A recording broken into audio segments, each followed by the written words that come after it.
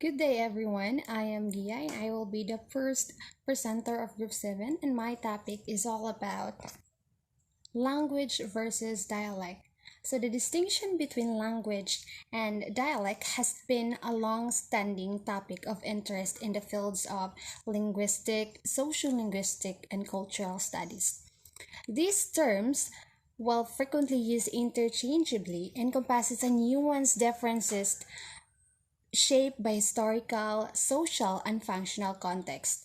I will synthesize the key definition and theoretical framework, particularly of the famous essay of Inar Hugen, to explore the complex relationship between language and dialect.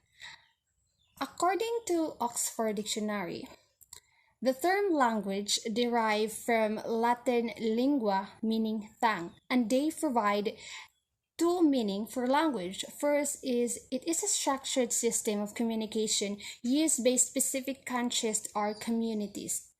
A system of communication used by a particular country or community. So in contrast with the meaning of dialect, it originates from the Greek word which is dialectos, meaning discourse or way of speaking, and is defined as a particular form of language which is peculiar to specific region or social group. So these two definitions for language and dialect indicate that language represents a broader and standardized system of communication, while dialects are regional or social variation within that system or within that particular community or region. So, Inar involved Hugan is an American linguist, a philologist, and scholar known for his influential work in social linguistics, particularly on language standardization and bilingualism. So he wrote his influential essay titled Dialect, Language, Nation, provides a nuanced exploration of the distinction between language, dialect, and his work highlights the historical, social, and functional dimension of these terms. So, he defined these key terms, the key differences between language and dialect. So, first is we have the ambiguity of terms. So, Haugen emphasized that language and dialect are ambiguous and context independent. For example, we can say, according to his example in his essay, that American and British English can be seen as a dialect of English or separate languages depending on the perspective. Okay, so another example we have Filipino and Tagalog. Sometimes we ambiguously refer to us as the same language, given that Filipino is based on Tagalog. However, Filipino as a standard national language includes influences from other Philippine languages, making it more inclusive. This can cause debate whether Filipino is a language separate from Tagalog. That's one of the examples for ambiguity of terms. Now let's proceed to superordinate or subordinate relationship. So a language is often seen as a larger overreaching system encompassing various dialects which as subordinate variation. Dialect exists under the umbrella of language and share a common core. So with this, we can say that language is superordinate, while dialect is the subordinate one. So, example, the English language includes many dialects such as Australian English, Indian English, African English, vernacular English, or African American Vernacular English. So these dialects have distinct accent, vocabulary, grammar, but are part of the broader English system. So let's take this as another example. So Filipino is considered as the superordinate category encompassing various dialect or regional varieties of Tagalog. For instance, the Tagalog spoken in Batangas and Laguna can be seen as a dialect of Filipino. Similarly, Cebuano encompasses regional varieties like Boholano and Davaoenyo. Now let's move on to historical perspective. So the origins of the terms language and dialect influence their modern interpretation. So language it came from the Latin lingua. Historically conveys the idea of unified system, while dialect came from Greek dialectus. It originally described a regional or literary variation within a language. Let's say, for example, in Italy, Tuscan became a standard language, and other varieties like Piedmontese or Sicilian were labeled as dialect, though they have unique literary and historical traditions. So another example, we have Tagalog.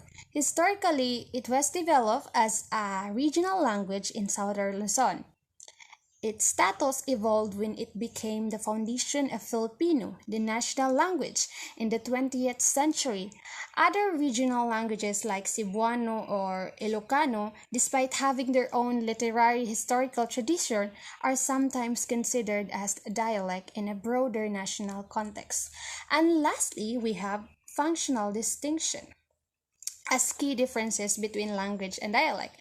So, language are typically standardized and used in formal purposes. For example, we have government, education, media, and many more. While dialect are seen as informal. It is for regional or localized variation used in daily communication. So again, let's take an example, like let's go back to Italian. So standard Italian, based on Tuscan, is used in educational and governance, while regional dialect like Venetian or Sicilian are spoken informally in their respective areas only. So another example is we have in Filipino context. So Filipino is the standardized national language, is used in schools, media, government, symbolizing national unity. Meanwhile, regional languages like Hiligaynon or Kapampangan are used primarily in everyday conversation within their communities. Even within Filipino dialectal variation, like for example, we have so many Batangas Tagalog, and serve are informal or in local purposes only. So, underscore to the differences between language and dialect, we can say that language and dialect are dependent on socio-political, cultural, and historical context. Well, in Filipino context, the interplay between Filipino as a language and the many regional languages and dialect demonstrate this complexity that language is complex. So Filipino unifies the nation, while regional languages and dialect preserves the diversity of the local traditional and identities. And now, let's talk about how Haugen outlined the process by which a dialect can evolve into a language. So, he create a four-step. First is we have the step one, which is the selection. So under selection, it is the process in which a vernacular is chosen as a standard, often conferring as a prestige to its speaker. So the selection is often influenced by political, social, or cultural factors, which typically the dialect chosen belongs to a region or a particular group of people with significant power or prestige. So that's how the first phase of selection of a dialect. Second is we have the codification. Under codification, it's the development of language structures, including the grammar, the lexicon, or to reduce the variability of a language. So it implies that this based on reducing linguistic variability by formalizing the grammar, lexicon, and orthography or the writing system of the selected dialect. Next is we have acceptance. So under the phase 3, which is acceptance, it involves the community's endorsement of the standard language, in which it is endorsing the widespread use of the standard language within the community. The challenges of this is gaining acceptance can be difficult, especially if the standard is associated with specific social or political elite. So the resistance might arise from regional or ethnic group whose dialect were not selected. So the last phase is we have elaboration. So under elaboration, it is the expanding language functionality, particularly in technical and scientific domains. And it also it is the pace where the standard language is expanded into function in variety of domains, including the technical, scientific, legal, and academic fields. So the process would involve developing new vocabulary to address specialized topic, for example, scientific terminology. Second is we have translating important texts, for example, from the text from religious, legal, and literary works into the standard language. And the last process is encouraging creative and intellectual works in the language. So those are the four models of how a dialect can be chosen as a language. So Hagen's model highlights how the process of standardization, not just linguistic but also a deeply political and cultural. While it can be unify speakers and establish a common medium of communication, it can also marginalize non-standard dialect and their speakers. This success of standardization depends on how effectively the process addresses and these dynamics and the gains of the community support. Since we're done talking about Hogan's four-step model of how a dialect can be a language in a particular community, now let's talk about the four models of language and dialect. So first is we have genetic relationship. So genetic relationship, this model examine the historical connection. For instance, for example, is we have Italian is and its dialect like Sicilian and Neapolitan share a common Latin ancestry. And second example, example is Filipino is the national language of the Philippines. It is rooted in Tagalog, which belongs to Austronesian language family. Other Philippine languages such as Cebuano and Ilocano share this Austronesian ancestry, showing a genetic relationship. So, language that descend from a common ancestry or group into language family. So, this will trace back the linguistic ancestry of a language. Now, let's have mutual intelligibility. So mutual intelligibility, it is the model or the criterion that assesses how well the speaker of different languages or dialect can understand each other without prior learning. Dialects of the same language are often mutually intelligible, whereas distinct language typically are not. So, for example, we have speakers of Filipino and Tagalog are generally understand each other. As Filipino is based on Tagalog, however, mutual intelligibility decreases when comparing Tagalog with Cebuano or Waray, showing the distinction between these languages.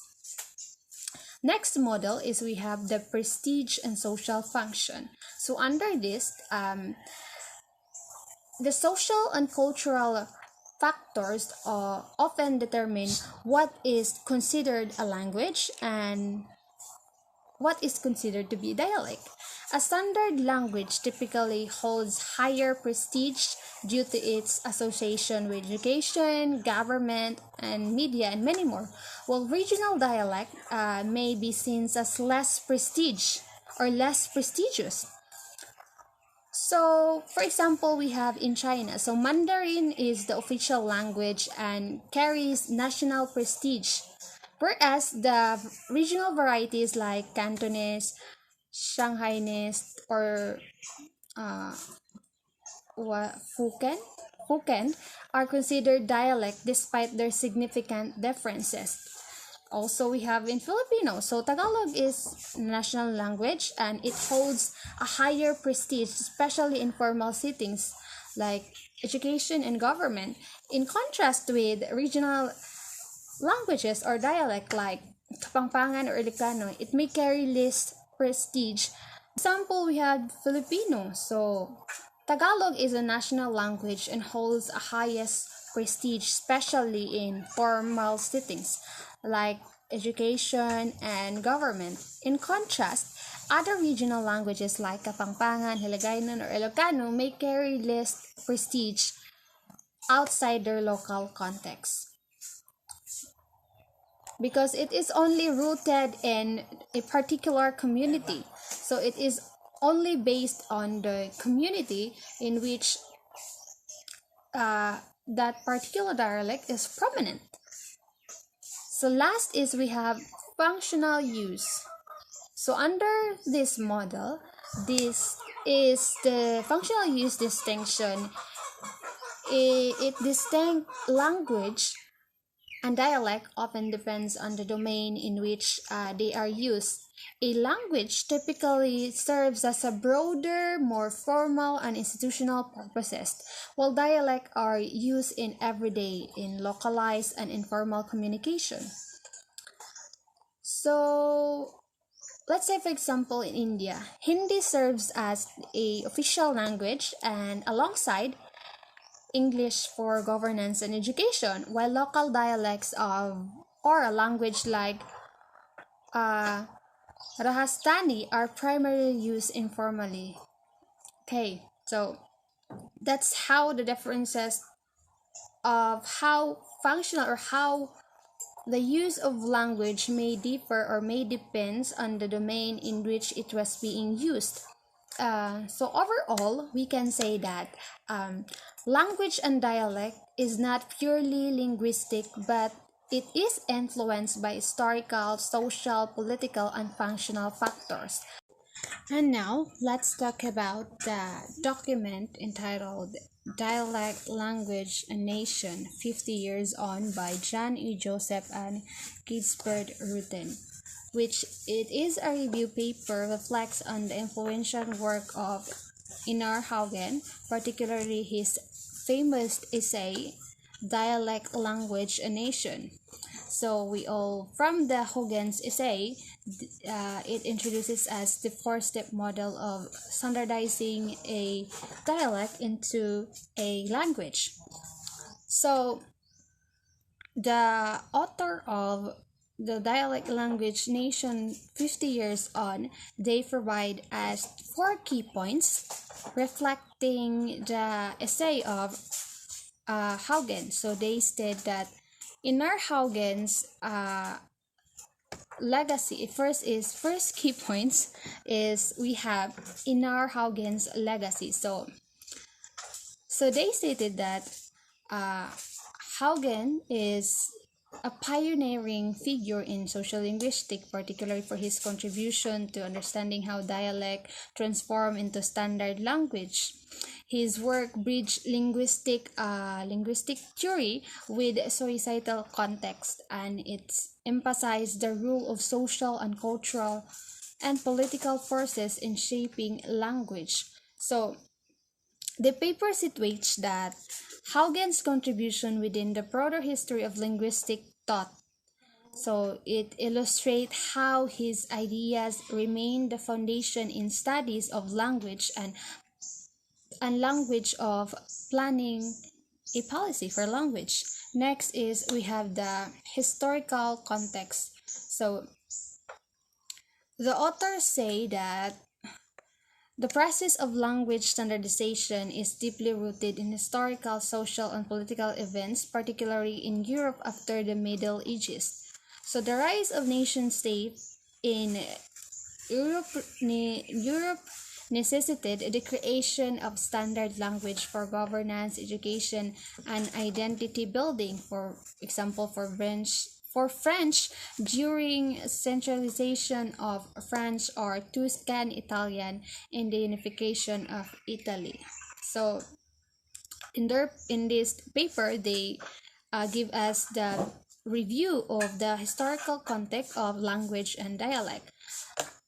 And last key point, as third key points is we have modern implication. So in modern implication, they say that the review underscores the relevance of Haugen's framework in contemporary research, particularly in historical social linguistics.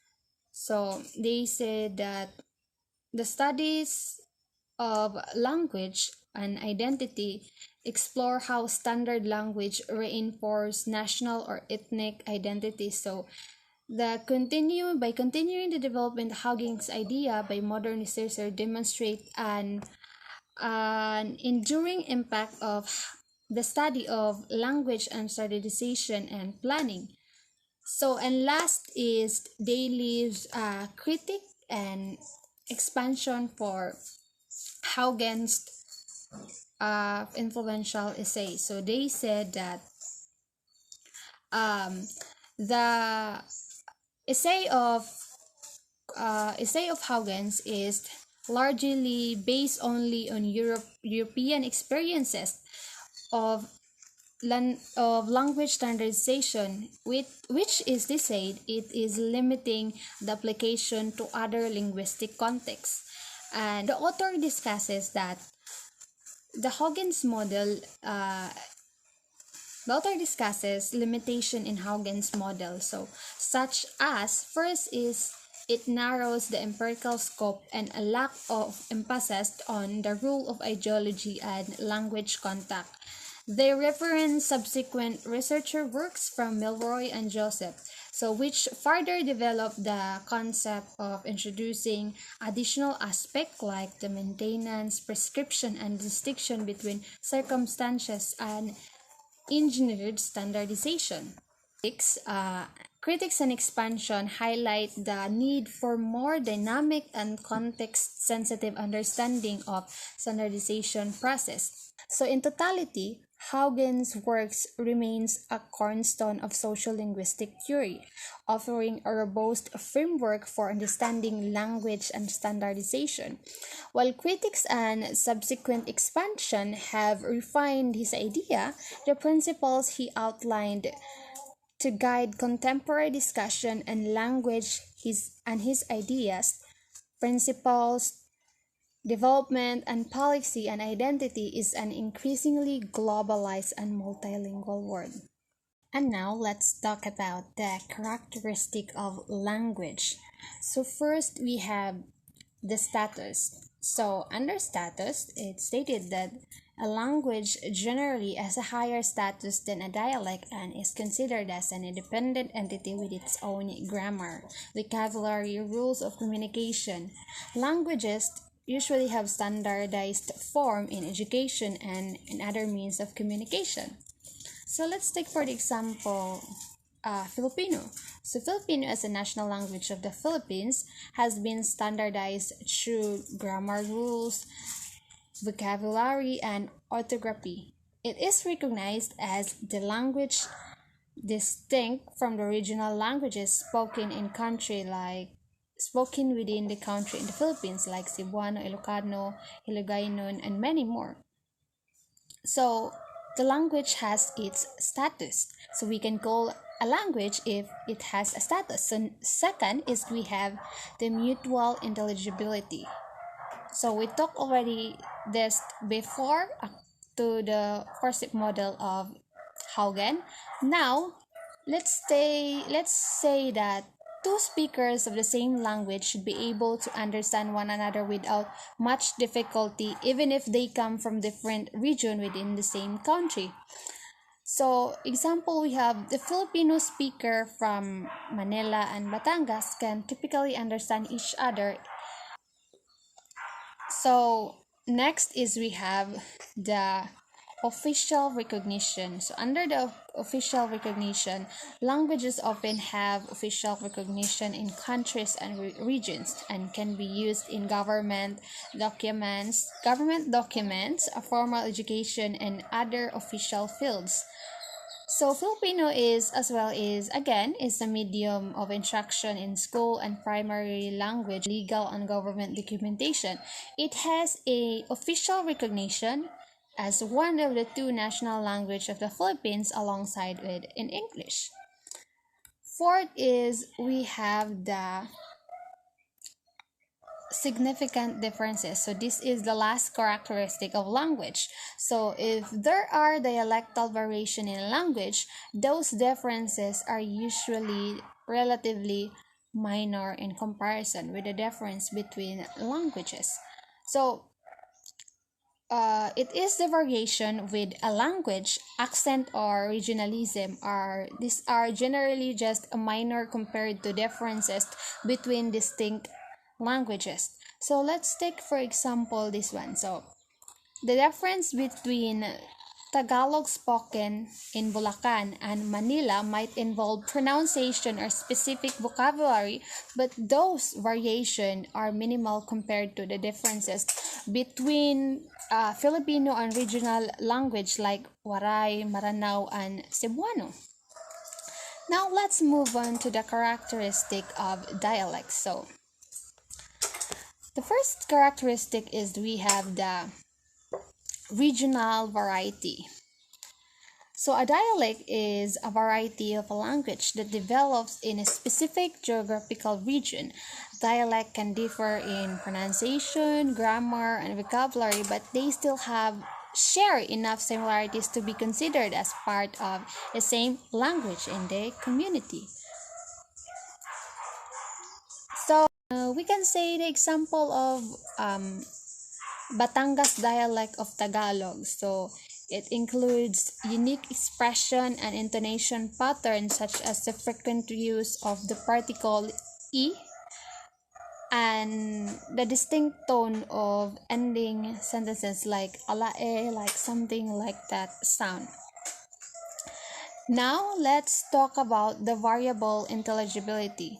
The speakers of different dialects of the same language can typically understand one another, though it's not uncommon to have issues with comprehension so the speaker of different dialect of the same language can often understand some another, though comprehensions may differ or may depend on familiarity. So we can say, for example, Tagalog speaker from Quezon province might struggle to understand some colloquial terms or intonation used in Batangas, but can generally follow a conversation. Next is we have no official recognitions. As we all know that language has official recognition and it has a status. But in dialect, although some dialects have rich literary and cultural tradition, they often don't have official recognition as an independent entities. Because basically they are just part of the bigger umbrella of language or the bigger umbrella of Tagalog. Now, the last characteristic is we have a socio-cultural aspect. So under this, sociocultural, historical, and geographical factors influence the existence and the use of dialect in the communities where they are spoken. So dialects carries a cultural and social influence or significance, reflecting the history, identity, and tradition of the speakers. So we can say that the Sambugueño dialect of Chavacano incorporate Spanish, Filipino, and Visayan element represent the multicultural heritage of Zamboanga City. So, in totality, the characteristic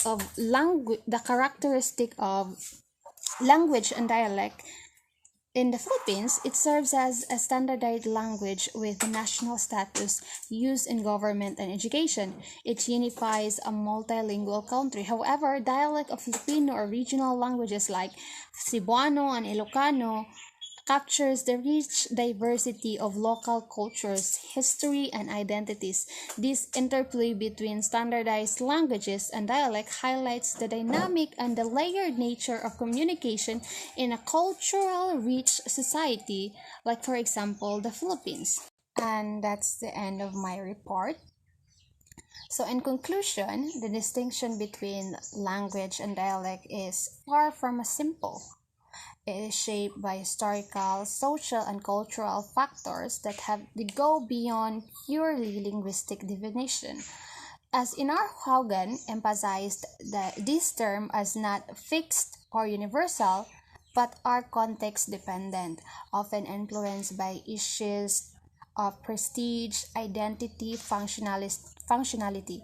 His four-step model, selection, codification, acceptance, and elaboration, offers a framework to understand how dialect evolved into standard language and a process that deeply intertwined with societal needs and political context. So, language holds status and official recognition, serving as a tool of formal communication and cultural unification. In contrast, dialect reflect regional and sociocultural diversity, often serving as informal, localized purposes. However, both are equally significant in representing human creativity, identity, and history. As we reflect on these dynamics, it becomes clear that the lines between language and dialect is not rigid barriers but fluid boundaries that highlight the complex tapestry of human communication.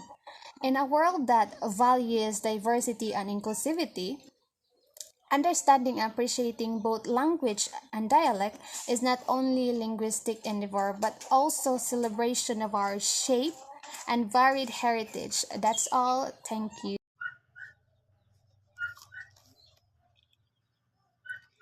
So, good morning, sir. Good morning, everyone. I am Jima R. Francisco, the second reporter of grade Group 7. And my topic is all about speech community and beyond by Ben Rampton. But before anything else, I would like first to greet a Happy New Year's, everyone. So, now let's talk about the background of the author of this article. So Michael Benjamin Helter Rampton, born on May 31, 1953, and he is a British linguist specializing in interactional social linguistics. He is currently a professor of applied and social linguistics and director of the Centre for Language Discourse and Communication at King's College London. Ben, Rams, ben Rams, Rampton's academic journey began at the University of York, where he earned a bachelor's degree in 1976. Later, he pursued his doctorate at the University of London, completing it in 1987. His contributions to the field have been recognized through his election as a Fellow of the Academy of Social Sciences and the Royal Anthropological Institute. So, Speech Community and Beyond by Ben Rampton explores the evolving concepts of speech community in social linguistics since the 1960s. In this article, Rampton critiques the conventional understandings of speech communities in social linguistics, which has traditionally viewed them as a fixed defined by shared linguistic norms. He also argues for a more dynamic and fluid approach that reflects the complexities of language and social interaction in contemporary society. So there are key points that we will talk about right now. So we have historical context, ethnographic versus variations approaches, tradition versus modernity, late postmodern perspectives, and linguistics of community to linguistics of contact, implication for social linguistic research. Okay, so now let's talk about the historical context.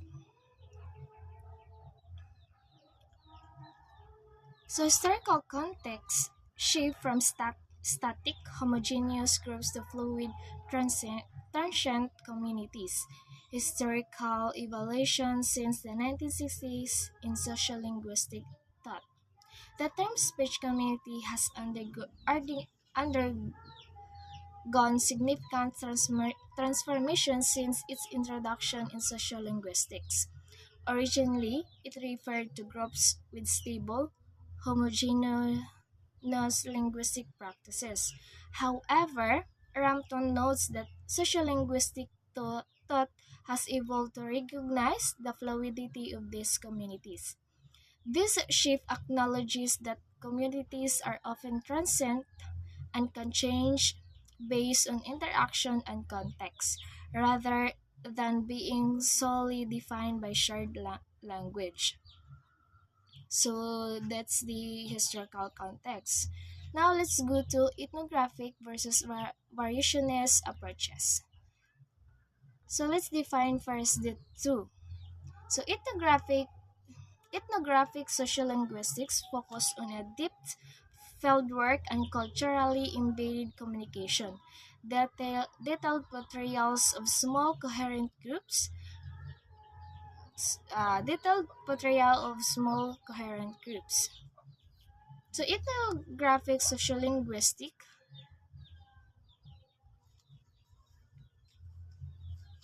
So ethnographic sociolinguistics emphasizes in deep qualitative research focusing on the cultural and social context of communication. The researchers immerse themselves in the community, observing and participating in daily life to gather rich contextual data. So this approach produces nuanced portrayals of language use within small coherent groups, capturing the complexities of social interactions and cultural practices. It also emphasizes how language is embedded in cultural practices and social relationships, highlighting the significance of context in communication. While providing deep this method may overlook broader linguistic patterns or trends that exist across larger populations.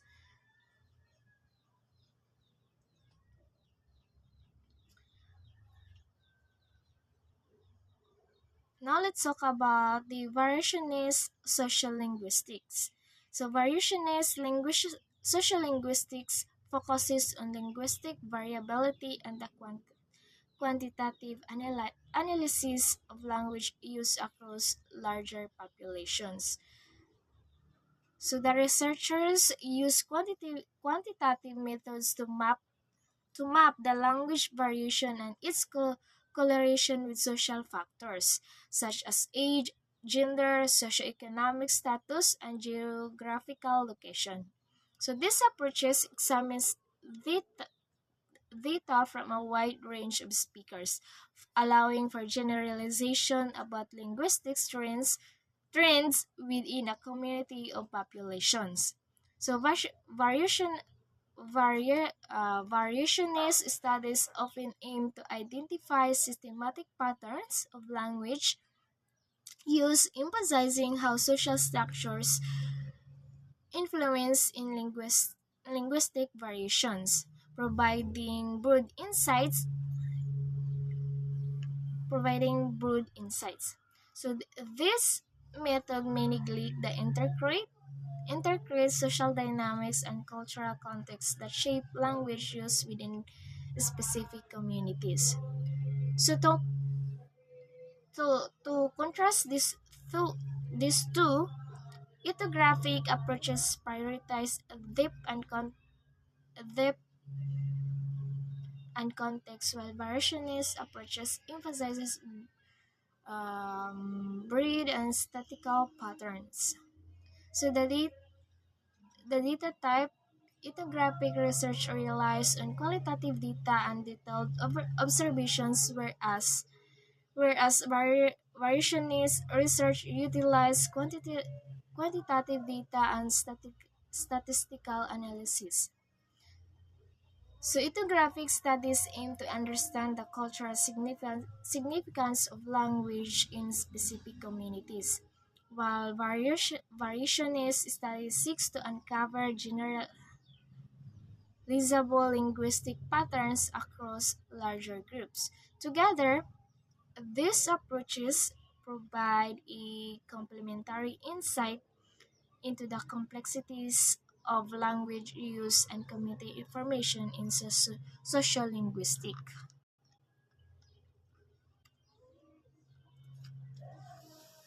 Okay, now let's talk about the tradition versus modernity. So, earlier research framed speech communities within a dichotomy: modern institution and their accommodation of diverse linguistic practices, limitations of the traditional binary perspective.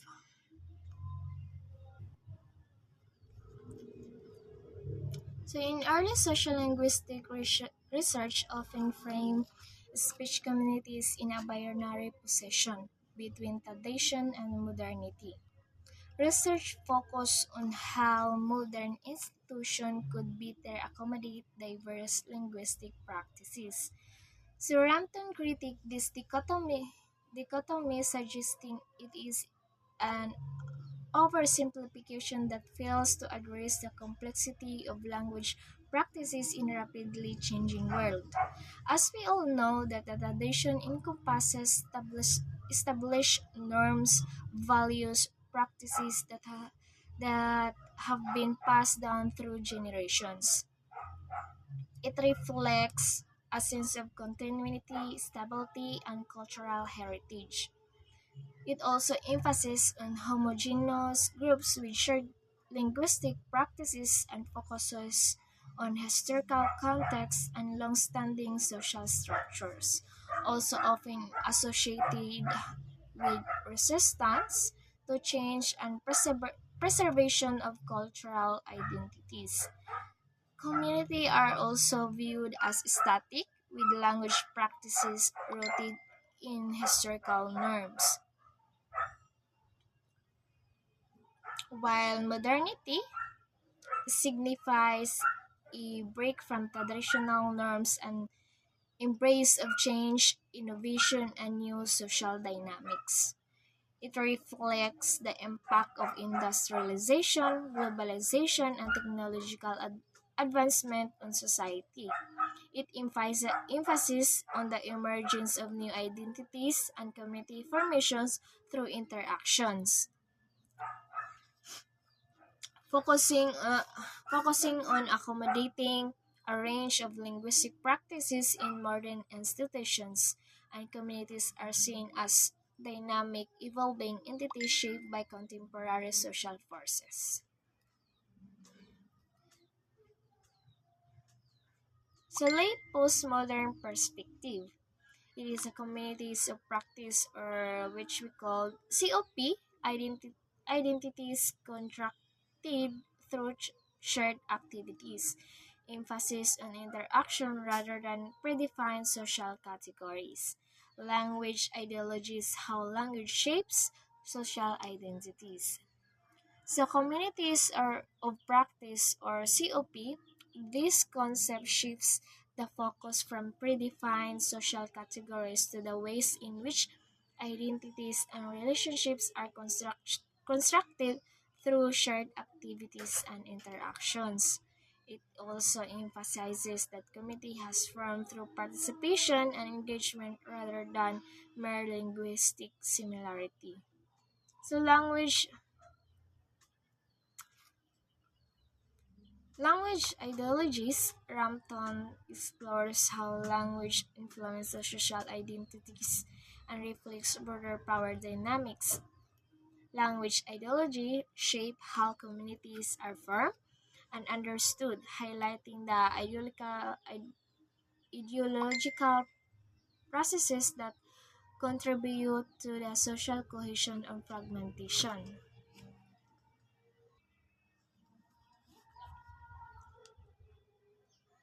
And now, linguistic of community to linguistic of contact, from linguistics of community to linguistic of contact. So shift from fixed entities to fluid networks, prioritizing movement, interaction, and change, recognition of fragmentation and hybridity in social life. So when we talk about from linguistic community to linguistic of contact, Rampton advocates for a shift in focus from viewing speech communities as static entities to understanding them as fluid networks characterized by movement and interaction. This perspective recognizes the complexity of social life, including the fragmentation and hybridization of communities. It, in, it acknowledges that identities are often constructed in contexts of contact and interaction, so rather than through isolation. So that's the linguistic of Genital, linguistic of contact. It acknowledges that identities are often constructed in context of contact and interaction rather than through isolation. Now let's have a implication for social linguistic research.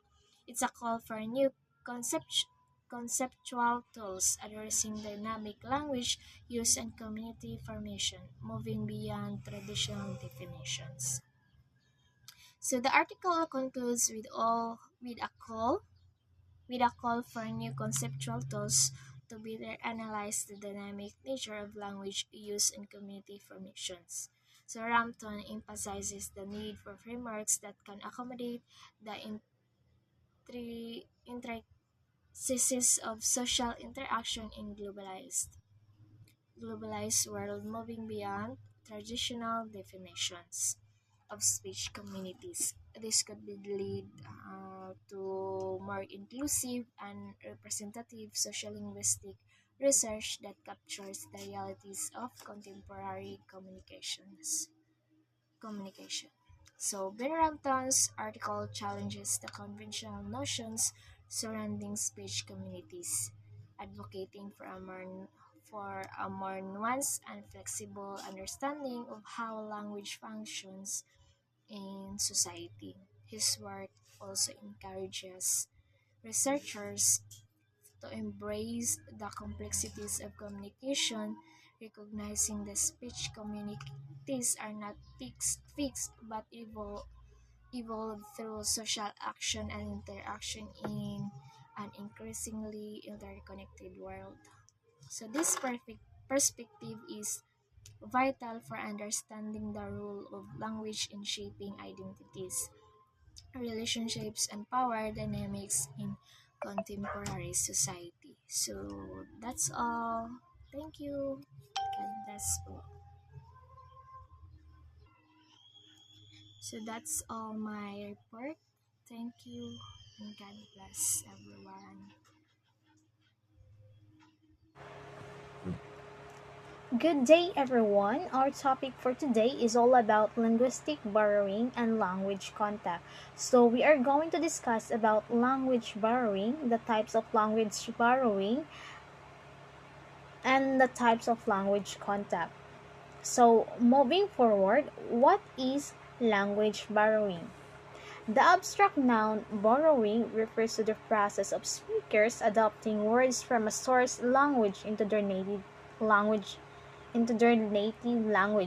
Loan and borrowing are of course metaphors because there is no literal lending, because there is no transfer from one language to another, and no returning of words to through the source language. The words simply came to be used by a speech community that speaks different from language.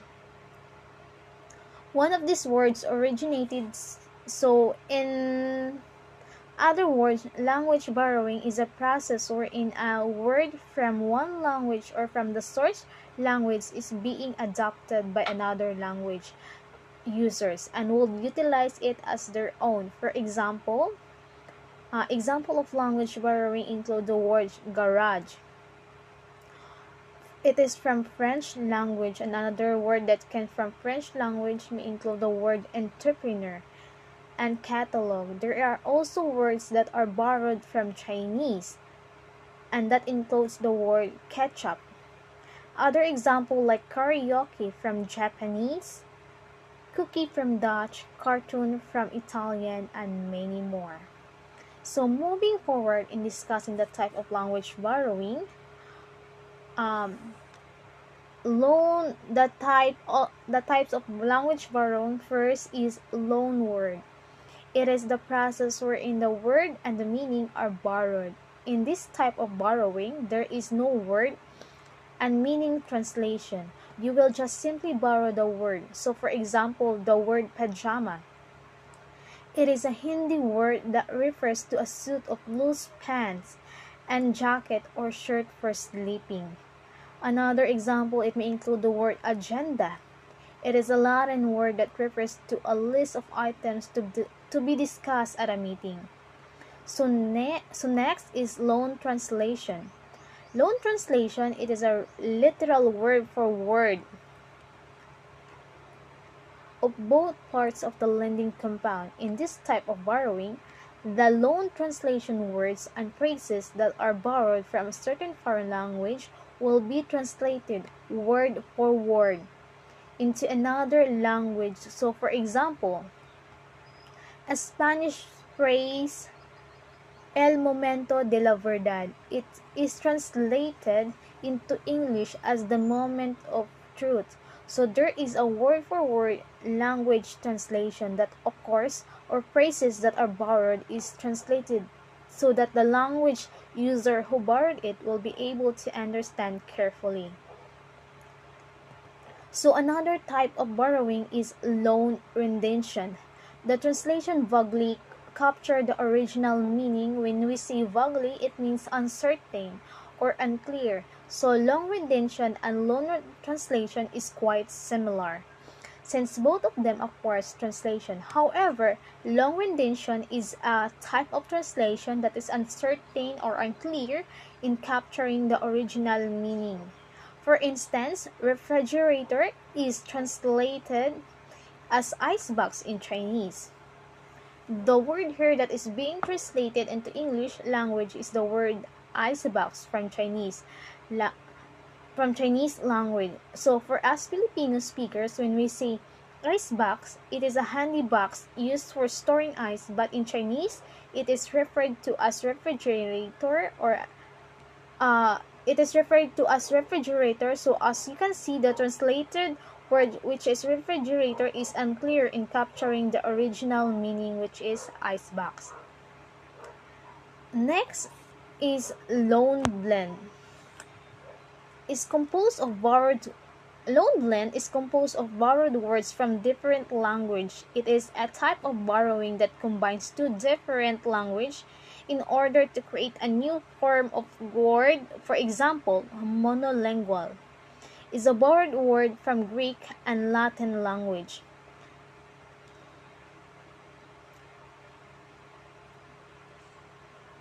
Mono is a Greek language and lingual is borrowed from Latin language. Another example may include aquaphobia. It is a combination of Latin and Greek language. So the word aqua is borrowed from Latin language and phobia is from Greek language. So next we have sloanship. It is a type of borrowing that is also known as semantic load. It refers to a change in the meaning of a word under the influence of another language. In short, the meaning of a certain word from another language is the one that is being borrowed. For instance, the word Superman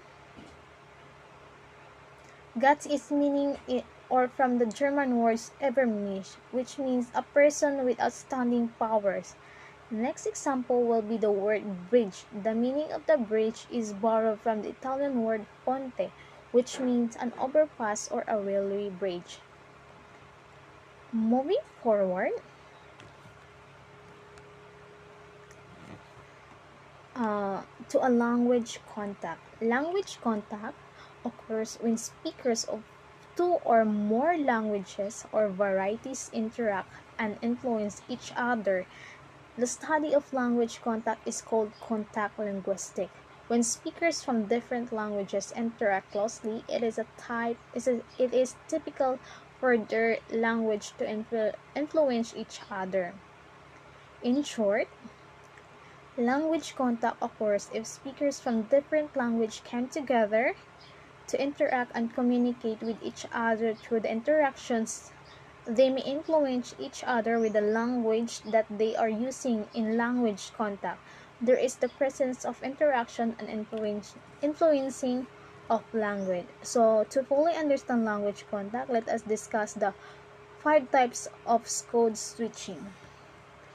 Uh, t- Five types of language contact.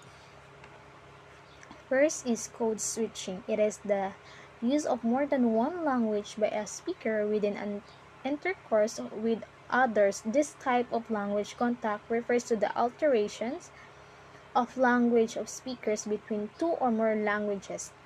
For example, a multilingual Filipino speaker who can speak in three languages, in Cebuano, in Tagalog, and in English.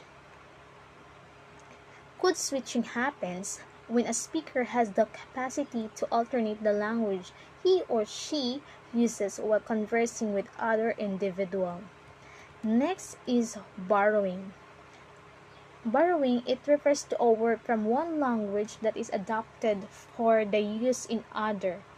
In short, borrowing is when you adopt a foreign language and will utilize it. For instance, umbrella is an Italian word which is being borrowed that refers to a device that is used as a protection against rain or sand. Another example is the word anonymous. It is a borrowed word from Greek language which means a person not known by name. Next, we have language shift. Language shift, it is a change from the use of another language. To understand language shift, it is a process of language replacement that occurs over an extended period of time. For example, since the end of World War II, Spanish-speaking families slowly shifted to English language. It means that the change of the language will only occur caused by phenomenon or economic, social, and political factor. We should not be we should not be confused between language shift and code switching. It is because code switching refers to the alterations of language while speaking language, while speaking language shift is, on the other hand, refers to the shift of language due to the economic, social, and political factor that also happens over an extended period of time. Now we have pidgin. It is a language contact that is developed in a situation where speakers of different language need a certain language to communicate. This type of language contact is developed for practical purposes. Pidgin doesn't have speakers. They are only developed in order to communicate. For example, Hawaiian pidgin, inside dirt and cover and blanket, finish, which means they put the body in the ground and cover it with a blanket, and that's all. As you can see in the example, the vocabulary that is used is very limited, and also the usage of grammatical rule is being reduced. The word dirt there refers to the brown. We have to take note that pidgin is a contact language for speakers with different language. It is a bridge for communication that has limited vocabulary, so it is developed just for the means of communication. And lastly, we have Creole. Creole, a complete language used in the community and acquired by children as their native language. Creole is a mixture of two different languages. Here in our example, we utilize the Konyo um, Konyo English Creole.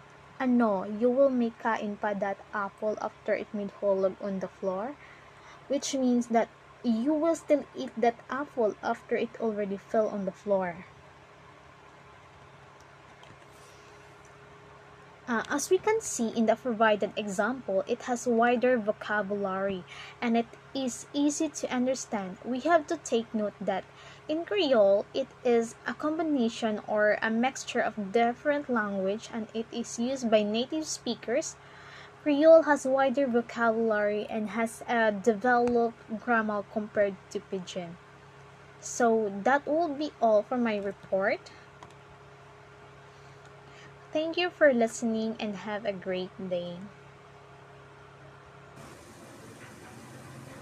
Good day everyone, this is Kylie Bimarlian. Uh, for today's video, we will talk about variation in linguistic systems by James A. Walker. So, James A. Walker wrote this book with many people, like his friends, family, teachers, helped him to create this book. So, this book talks about linguistic variation, which means how people say the same thing in different ways.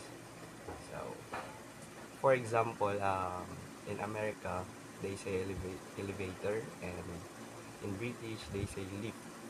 So, two different words but has the same meaning. So, this book help us to understand why this happens and how it connects to language study. So, first, we'll talk about variation and variables. Variation in variables, variables is what we call what changes, and variance is how it changes. So discusses two approaches, form versus functions. So this chapter, variable is the part of language that can change. For example, some people say running and others says running.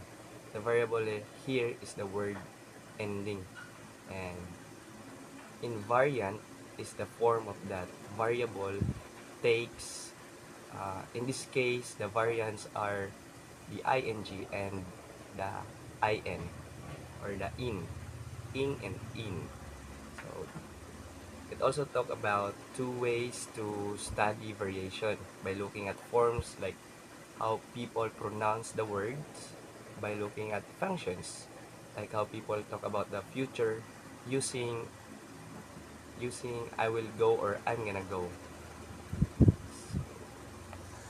Next is analyzing linguistic variation, distinguishes between categorical rules, um, always apply variable rules, context-based, explains methods to test and measure patterns. So, in analyzing linguistic variation, uh, Walker explains two kinds of rules. Categorical rules are fixed and always apply. For example, um, in English, we always add an S to make most nouns plural, like cat becomes cats. And variable rules depend on the situation. For example, some people say west, but others say west, dropping the T. Right? And also Walker shows to count how often a variation happens and use those numbers to see patterns. For example, younger people might say running more than older people, because older people always say running, right? That's it. And next is multivariate analysis with Goldva, Goldvarb, or Goldvar. So introduces Goldvarb software for linguistic analysis, guide readers through using the tool effectively. So this in this chapter talks about a tool called Goldvarb, or uh, it's a computer program that helps to study variation. For example, if you want to compare how people say or um, compare how people say running in different places. Goldvarb can show you the patterns. It's like a smart calculator for language data. Next is next is variation in sound systems. So variation in sound system explores sound differences influenced by stress, region, and etc. Features case studies like Martha's Vineyard and Toronto English. So this chapter talks about how sounds change in different places. For example, in Toronto, some people say west instead of west. So on Martha's Vineyard, people changed their accents to show they were local. Walker explains how things like region and identity can change how people pronounce words. Like like us, just Bisaya. So, tingnan nila nga basta Bisaya, gahi o inistoryahan. Right? So, that's the variation in sound systems.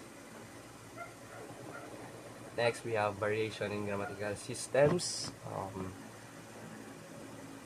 Examines grammar differences like subject-verb agreement. So, pasensya sa pero, kasama ko sila. Subject-verb agreement, examples, Brazilian, Portuguese pronouns, and English quotatives. So, in Brazilian Portuguese, people might say agentivae or agentivamus. Both mean we go. In English, people report speech in different ways. Some says he said, others says he was like or he goes. These are always to always to say what someone else said, right? So lahi ra jud ang sa English nga pag tawag na there the variation in grammatical systems. So next is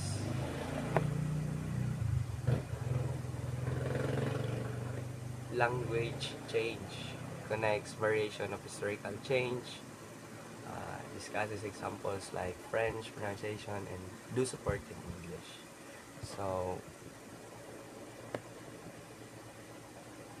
variation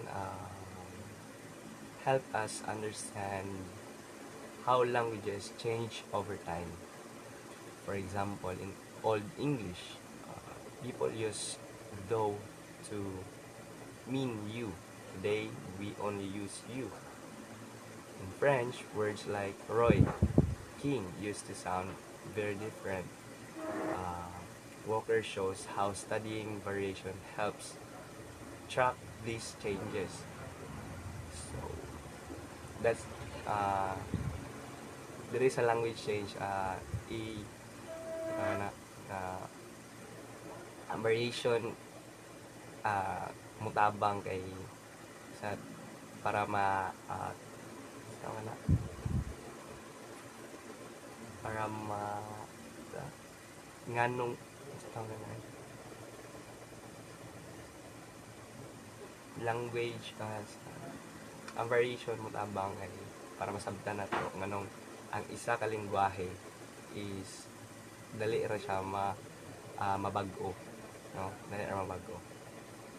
So next is language contact, studies outcomes like Pidgins, Creoles, and borrowing.